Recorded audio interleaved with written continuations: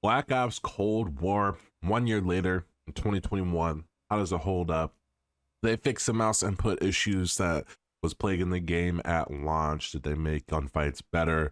How strong is aim assist? Well, in today's video, we're here to take a look at Black Ops Cold War in 2022 and a year later. So what's going on, everybody? My name is The Dryer Nude, and I recently just downloaded Black Ops Cold War today because a new assault rifle is coming out and I kind of want to level it up because it seems like we're getting content across 3 Call of Duties now, and new content, I should say, which is pretty cool, but I don't know if my hard drive space can handle having Warzone, Black Ops Cold War, and having Vanguard all downloaded. Like, I need to get a 2 TB SSD now. I'm just saying. But Black Ops Cold War, I think right now the game is in a really good state. It's basically in its final state, but I really wish that it launched like this when it came out a year ago. If that just goes to show what Treyarch can do if they had an extra year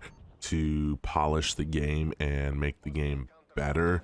The mouse issues I was having playing the mouse input and playing on mouse and keyboard, it just feels a lot better in this game, and I can honestly say that it's 10 times better than when it first launched. Like, when you were getting shot at, you could hardly win a gunfight on mouse and keyboard.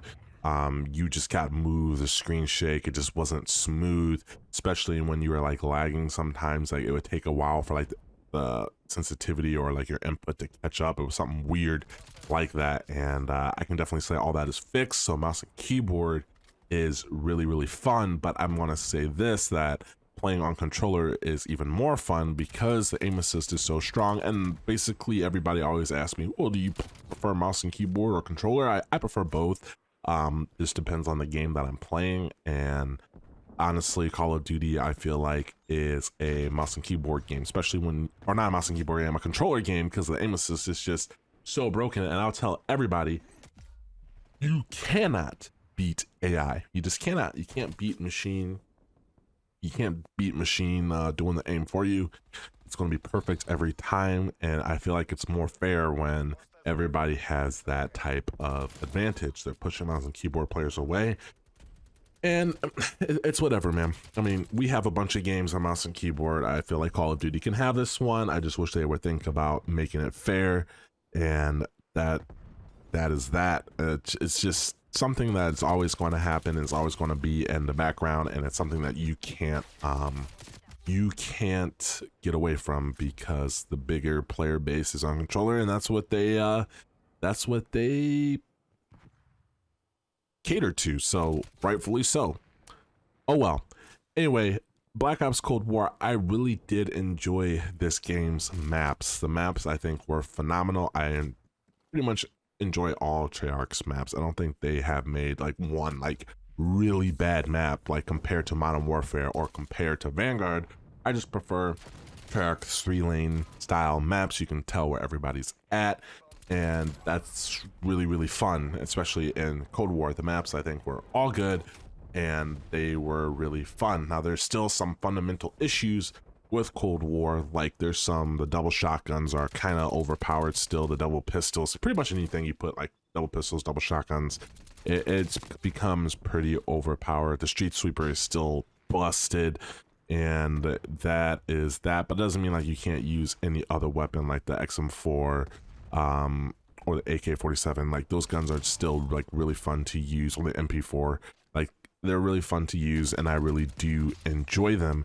Another problem with this game that I think has absolutely killed it was the fact that they still have the score streaks the same way. So it comes a point in time where everybody can earn their score streaks, so everybody's going to throw like a UAV up at like the same time, or a counter UAV at the same time, or the VSAT at the same time, you know what I mean? So like, it's really like boring, I would say, because you don't feel like you're rewarded for going on streaks, which is like the biggest thing in Call of Duty, kind of like how Vanguard is, or how like Black Ops 3 or Black Ops 2 was, when like you get a score streak or you go on a kill streak, you know what I mean? So I think that is really what was the downfall of the game, because like I said, I can hop on and it's just like I'm mindlessly going around and I don't care that I die. I don't care that I got sniped at, or I don't care that I'm off my streak, because I can continue to work towards it.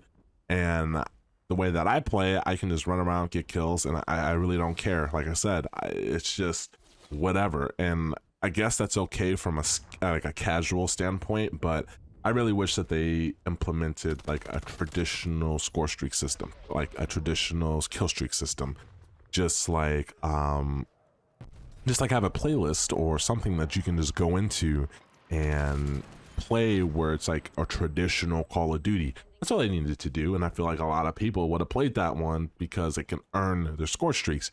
Skill-based matchmaking is not really that big of an issue anymore. Well, it's a year later, so there's that. But I mean, the biggest problem I had wasn't the skill-based matchmaking, it was the team balancing, where my team, and still to this day, my team would get a bunch of bots and they would pin me against a bunch of the other higher KD players on the other team, because they were trying to balance out my KD and my teammates' KD with the other team's KD. So if you have one really good player on your team and another good player on the enemy team, usually what will happen is the rest of your teammates will be bots, and by that time you two are just farming the enemy's teammates or your teammates. They're just farming each other, and it's just kind of annoying. But more times than not, it just seems like my team is just body and the other team is just godlike and sweats, and you really can't carry a game like that in TDM. So unfortunately, there's that still into the game. But overall, I had fun in my playthrough session that I did, and like I said, I did enjoy myself. It was fun.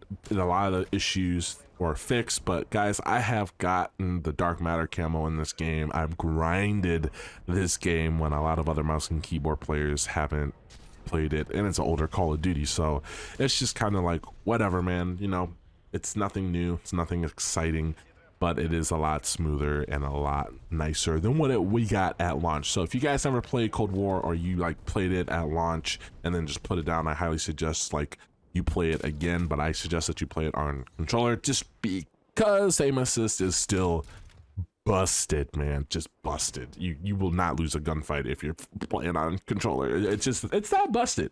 So we're getting a new assault rifle today, so I'm going to be working on leveling that up. We're going to be streaming on Twitch later, so that is going to be that, guys. Always remember, stay blessed and stay humble, and this is the video about Black Ops Cold War in 2022. Peace.